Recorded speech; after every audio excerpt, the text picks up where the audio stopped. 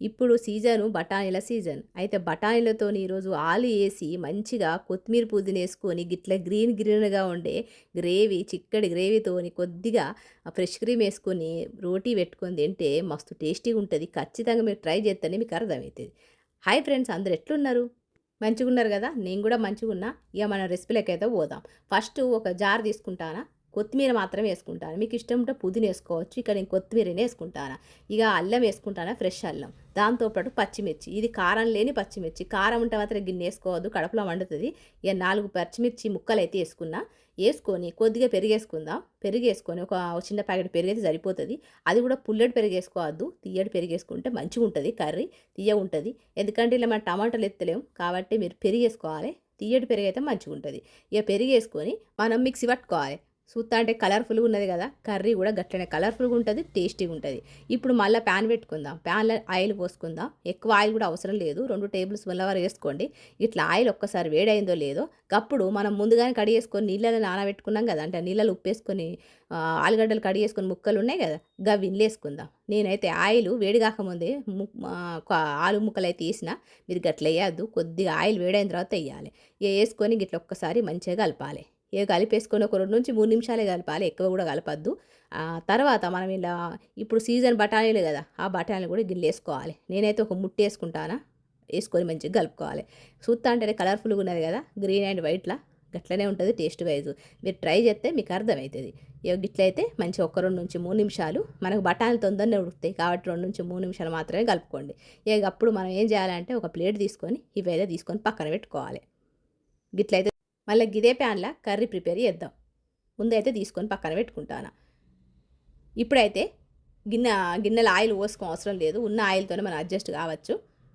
ఇప్పుడు ఇందులో మనమైతే ముందుగానే షాజీరేసుకుందాం. కొన్ని మసాలాలేసుకుంటే మంచిగుంటది.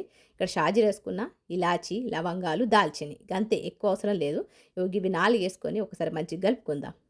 గిల్లనే కొద్దిగా కసూరి మేతి ఏసుకుందాం. ఈ కసూరి మేతి ఏయడం వల్ల మంచి ఫ్లేవర్ వత్తది. మంచిగుంటది టేస్ట్ వైసు. గిట్ల ఏసుకోవాలి. ఏసుకొని మంచిగా కలుపుకుందాం. ముందుగానే ఉల్లిపాయలు అంటే ఒక ఉల్లిపాయను సన్నగా గడిగేసుకొని పెట్టుకున్న. గా ముక్కలు కూడా గిల్లేసుకోవాలి. ఏసుకొని కొద్దిగా ఉప్పేసుకొని మంచిగా కలుపుకోవాలి. ఈ ఉల్లిపాయలు మనకు బ్రౌన్ కలర్ కొద్దిగా బ్రౌన్ కలర్‌లో వత్తే సరిపోతది. బాగా మాడబెట్టాల్సిన అవసరం లేదు. గిట్లా కొద్దిగా బ్రౌన్ అయిందో లేదో గప్పుడు మనం ముందుగానే పేస్ట్ చేసుకున్నాం గదా! కొత్తిమీర పేస్టు ఏసుకోవాలి. ఇందులోనే మనము వెల్లుల్లి ఏసినాము, అల్లం ఏసినాం కాబట్టి మీకు ఇష్టం ఉంటే అల్లం ఏసుకోవచ్చు. లేదనుకుంటే మీరు ఇక్కడ కూడా అల్లం ఏసుకోవచ్చు. అక్కడ ఏసుకోకపోతే గిట్ల ఏసుకొని ఒక్కసారి కలుపుకోవాలి. కలుపుకున్న తర్వాత కారాలు ఏసుకోలేదు గదా! పసుపు ఏసుకున్న, మిర్చి కారం ఏసుకున్న, ఇంకొక ఎర్ర కారం ఏసుకున్న, చికెన్ మసాలా పౌడర్ ఏసుకున్న. ఏసుకొని మంచిగా కలుపుకుంటాను. ధనియాల పౌడరు ఇవన్నీ కూడా స్పైసీలొద్దు. ఎక్కువ ఏసుకుంటే మంచిగుండది. చికెన్ మసాలా పౌడర్ గానీ, కర్రీ మసాలా పౌడర్ గానీ ఉంటే ఏసుకోండి. ఏసుకొని గిట్ల ఒక్కసారి కలుపుకోవాలి. గిట్ల కలుపుకున్న తర్వాత కలర్ చేంజ్ అయింది గదా! అట్లా కలర్ చేంజ్ అయితది. ఏం గాదు. టేస్ట్ వైజ్ మాత్రం మంచిగుంటది. గిట్ల కలరు చేంజ్ అయిన తర్వాత కొద్దిగా ఆయిల్ అయితే మీదికి రావాలి. ఇట్లా ఒక్కసారి ఆయిల్ మీదికొత్తే ముందుగానే మనం ఫ్రై చేసుకున్నాం గదా! బఠానీలును, ఆలు అవి ఏసుకుందాం. అవి ఏసుకొని మంచిగా కలుపుకుందాం. సింపుల్‌గా అయిపోతది. మనకు కనీసం ఒక 5-10 నిమిషాలల్ల మనకి కర్రీ అయితే రెడీ అయిపోతది. మిక్సీ పట్టుకుంటే పని గంతే. ఈజీ అన్నట్టు. వీటికి సరిపడా ఉప్పేసుకోవాలి. అంటే ఆలుగడ్డలకు సరిపడా ఉప్పేసుకుంటే కొద్దిగా ఆలుగడ్డలు మంచిగా ఉప్పుగా మంచిగుంటాయి. లేకపోతే సప్పగుంటాయి. పిల్లలు గానీ మనం గానీ తినం. అంతేకాకుండా ఇక్కడ ఆలుగడ్డలును, బఠానీలు అయితే ఉడకలేదు. ఫ్రై చేసినాం. దానికోసం మనం ఇక్కడ వేడి నీళ్ళే యాడ్ చేయాలి. చల్లటి నీళ్ళు అస్సలు యాడ్ చేయొద్దు. గిట్లయితే ఒక్కసారి మంచిగా కలుపుకుందాం. కలుపుకున్న తర్వాత గిన్నెలో మనం వేడి నీళ్ళైతే యాడ్ చేద్దాం. చల్లటి నీళ్ళు మాత్రం అస్సలు యాడ్ చేయొద్దు. ఇక్కడ వేడి నీళ్ళైతే యాడ్ చేస్తాను నేను. ఒకసారి మూత అయితే పెట్టుకుందాం. మూత పెట్టుకొని 2 నిమిషాల తర్వాత చూస్తే మనకైతే మంచిగా ఆయిల్ అయితే తుక్కు అని ఉడుక్కుంటా మీదే కనబడుతుంది.